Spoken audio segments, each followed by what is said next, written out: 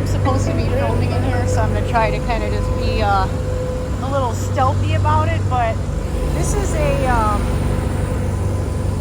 craft facility, and I'm getting unloaded here, and it's literal caves in Missouri. This is so cool, and it's like 60 degrees in here, and it's in the 70s and really humid outside, so this feels awesome. Isn't that wild? Good morning from the Kansas Turnpike. I just wanted to share something with you guys real briefly. It's a beautiful morning. It's a nice drive. I love a turnpike. I don't know if turnpike always means that they have good exits. But I was in my truck getting ready to head and use the restroom, and I heard banging. I'm like, what is that banging? And then I started walking out, and I saw this livestock hauler right here. And it dawned on me that what I was hearing is the agitated animals inside there.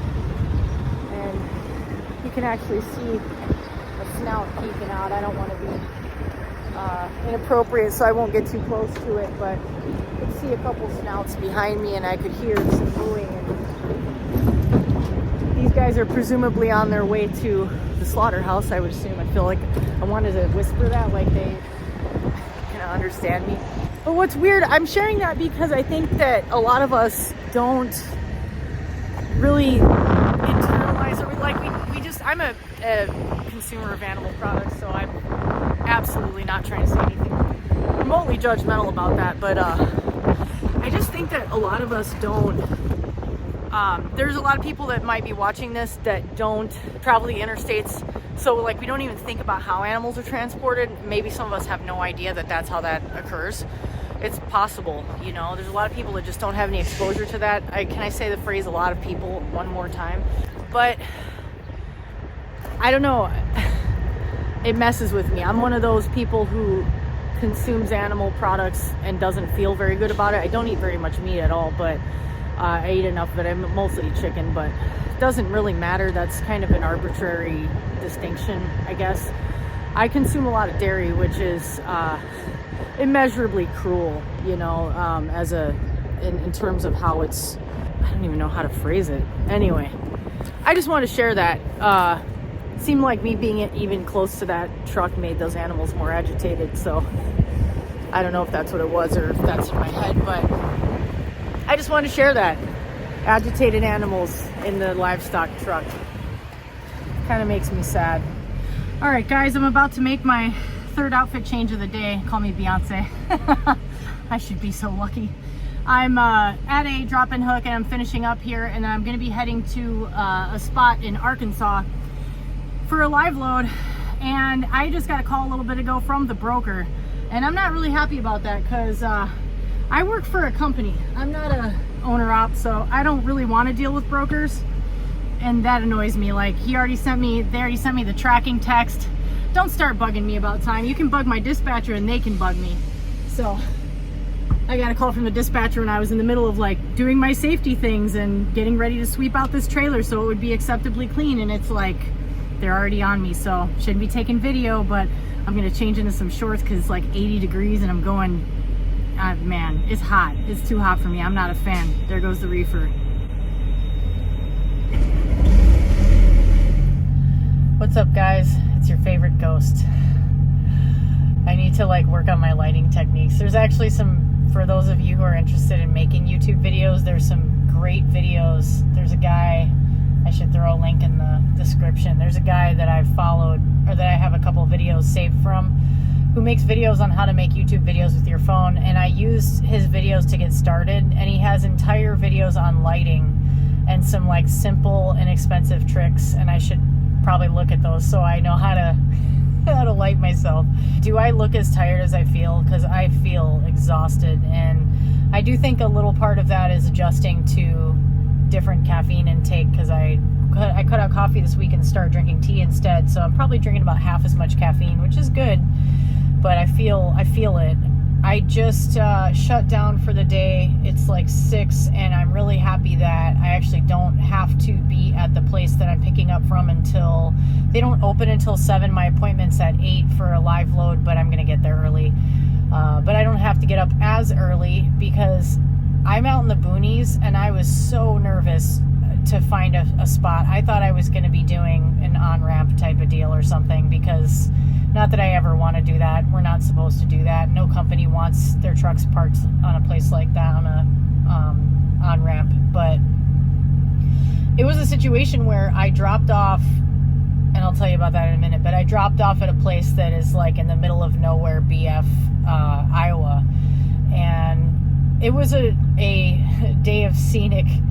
It was a scenic route today. I probably didn't do much in the way of miles because there were so many like hills and winding roads, and it was really pretty, but I've just been having a lot of anxiety today, so it wasn't really like an enjoyable day, unfortunately. I just, I really work hard to talk myself through stress, and I was just kind of not in a great headspace today, partly because of things that I talked about in other videos, which I tried to record some video in a place of the outward facing video because it was so pretty, and then I started listening to it back, and I realized the way I had the mic set up, it was like rubbing on my collar or something, so it was making this noise the whole time, so it wasn't usable. And I was like, man, because there were a couple things in there that I really was like wanting to share and use. But anyway, and it was really pretty. It was a beautiful drive today. The place I'm at now is actually gorgeous. It's like I was in nowhere farmland for a while, and then all of a sudden I come through this little town, and it's like a lake town. I think there's a lake here,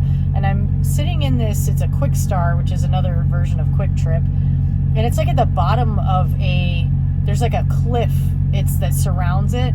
It's awesome. It looks like such a cute little town, and it just like, I have a feeling that some of the people who live here, like, because they have property that overlooks, like, is up high and overlooks the water or something, like, I feel like it's a place where people have second homes and stuff, or like little vacation cottages, and I'm like, I want to have a vacation home here.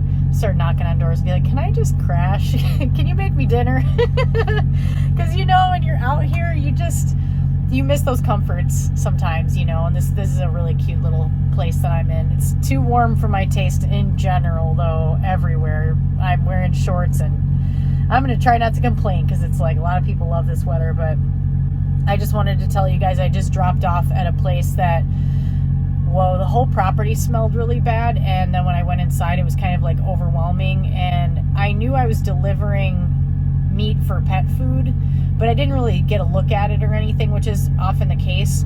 And I knew it was coming from like a processing type of place that also smelled terrible.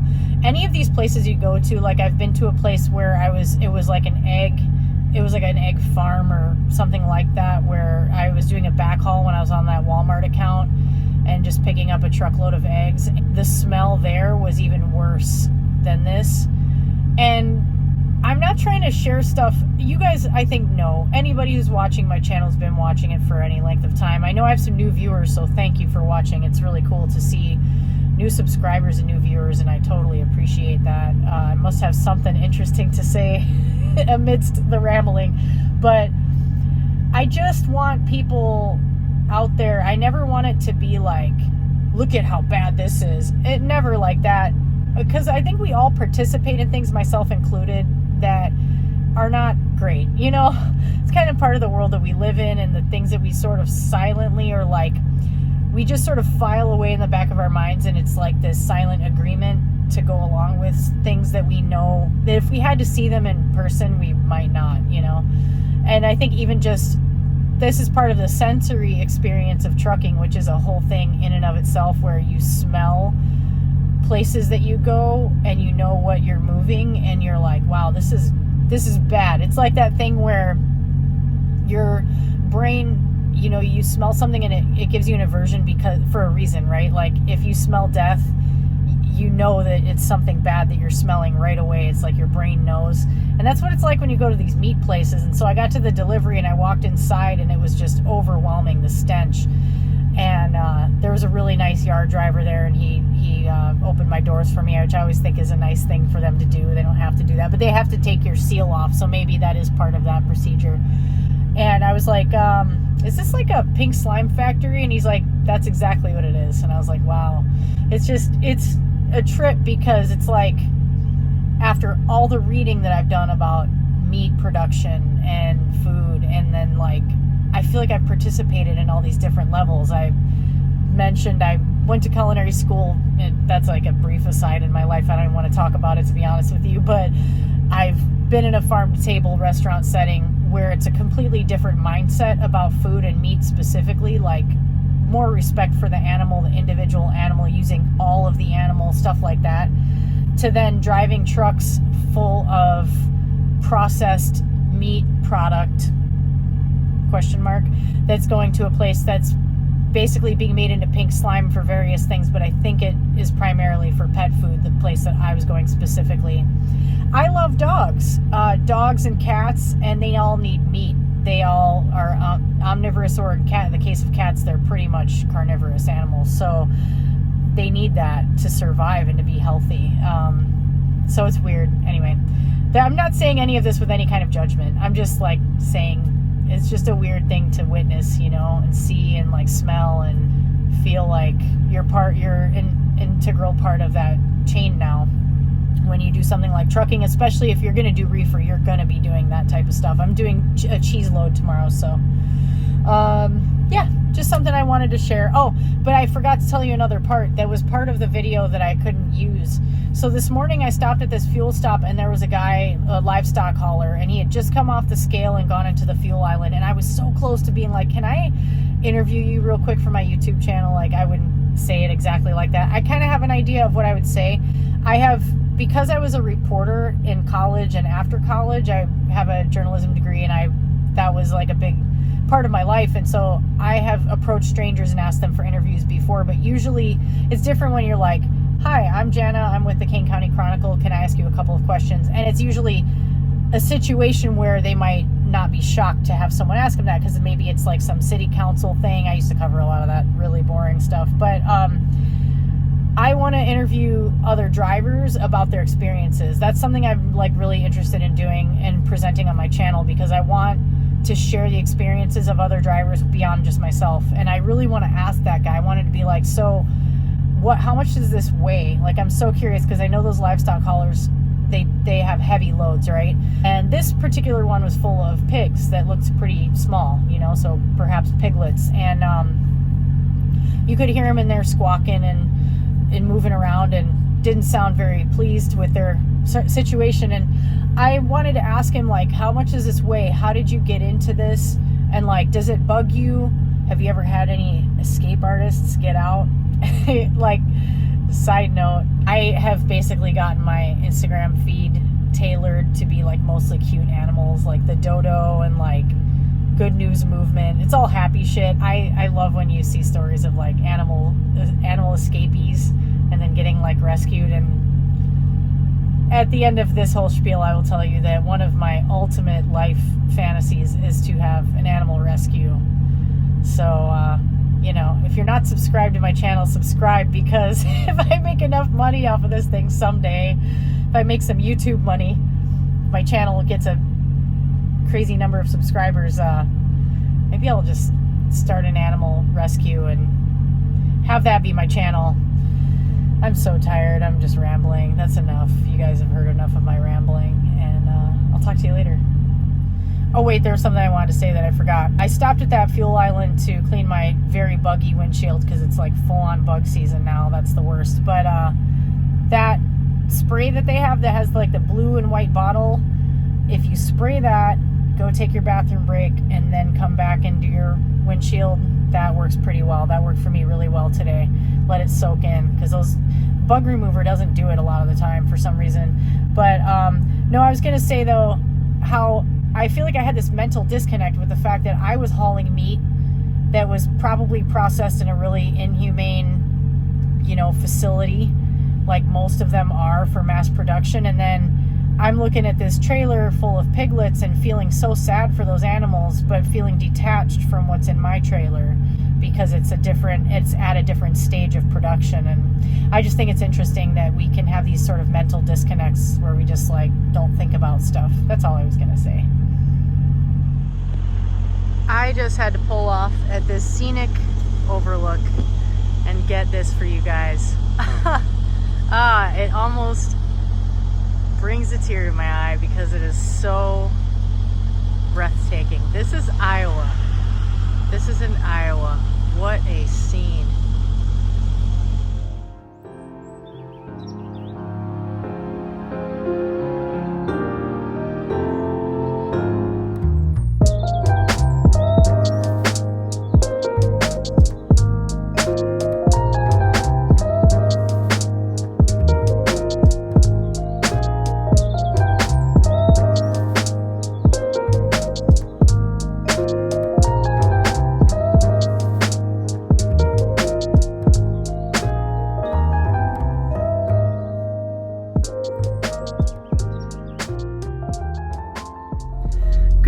from a kind of bumpy unload so far.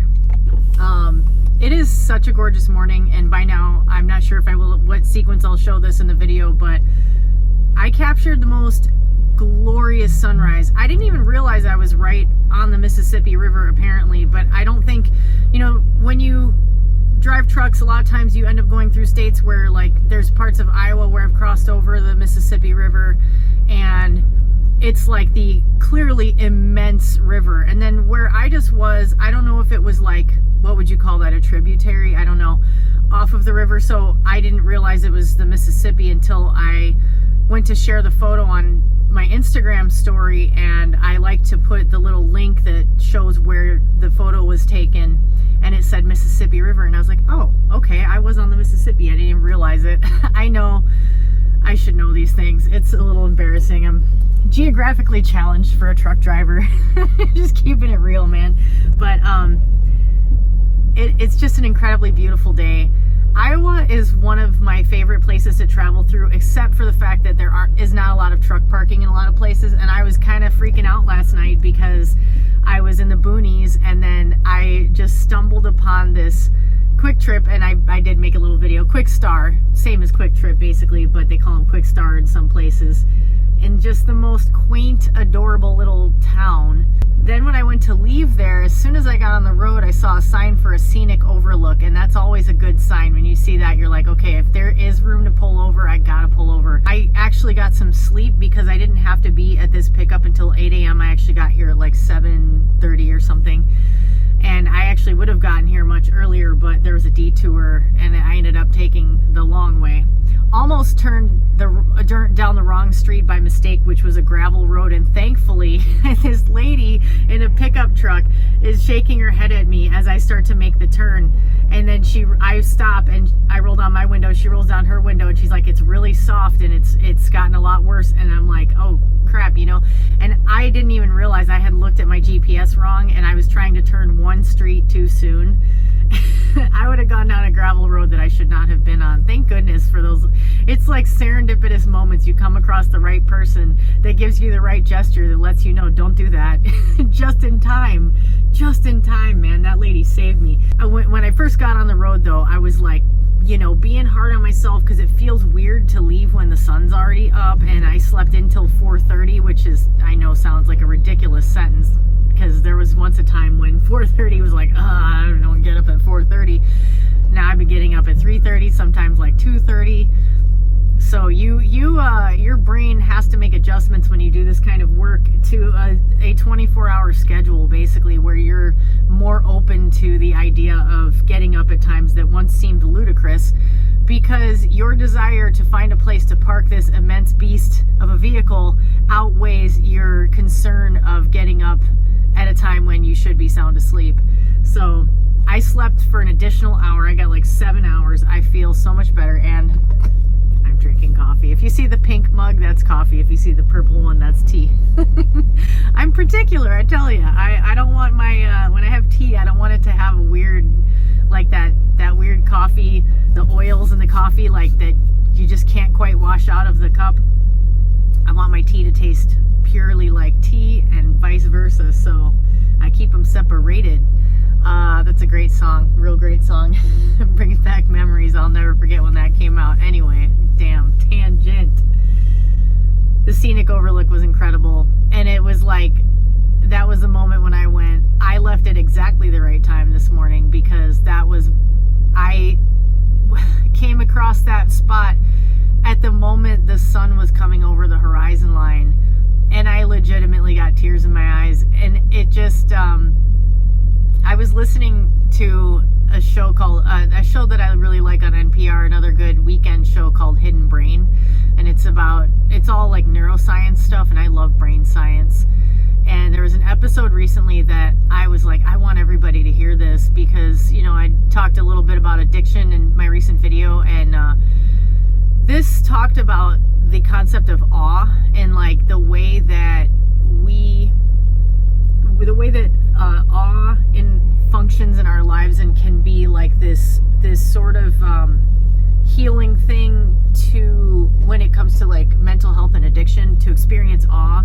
It can sort of put ourselves in perspective in the fact that we're in this immense world, universe, multiverse, whatever you think.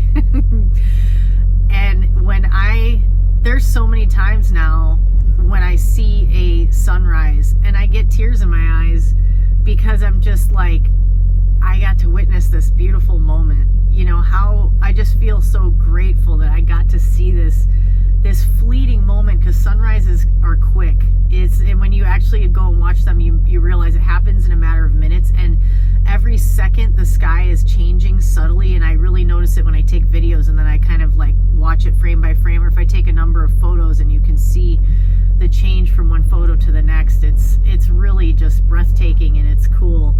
This was a really particularly special one, and I then envy the people who live in this little town even more. There's it said motel, that's like up on the top of the hill above where I was standing when I took that video, and it said like motel with the most glorious view or something, not those words, but I was like, I want to stay there and look at this view in the morning. And then I don't know if you can see in the video, but there was actually a little island with all these little cottages or houses or whatever, and I was like, I want to stay in one of those and like have a paddleboard that's just leashed to a little fence and just hop on that thing in the morning and watch the sunrise from a paddleboard. I have done some sunrise paddleboarding on Lake Michigan, in the place where I always take video, and that's one of my favorite places to see the sunrise on the lake. It's really magical, the silence and just the peace and the beauty. And I'm realizing, I just now looked at myself and I'm like, I am extra ghosty in this video. It's like, I don't know, man. Well, this is getting too long. I don't want to bog you guys down, but find a way to experience some awe in your day if you can, whether it's actually going in physically seeing the sunrise or sunset in nature, or spending time with animals and taking a close look at them, maybe your dog when you pet them and look at how beautiful they are. And I don't know, just little things like that to me can take you outside of the what I like to call the swirling shitstorm that is the modern world, and stress and news and social media and screens. Just, come back to what's real, that's all. All right, I'm going to be driving down to Missouri and going back to a place I just went to recently, and I'm looking forward to it. Should be a gorgeous day for a drive. It's going to be too warm. I'm going to stop complaining about it.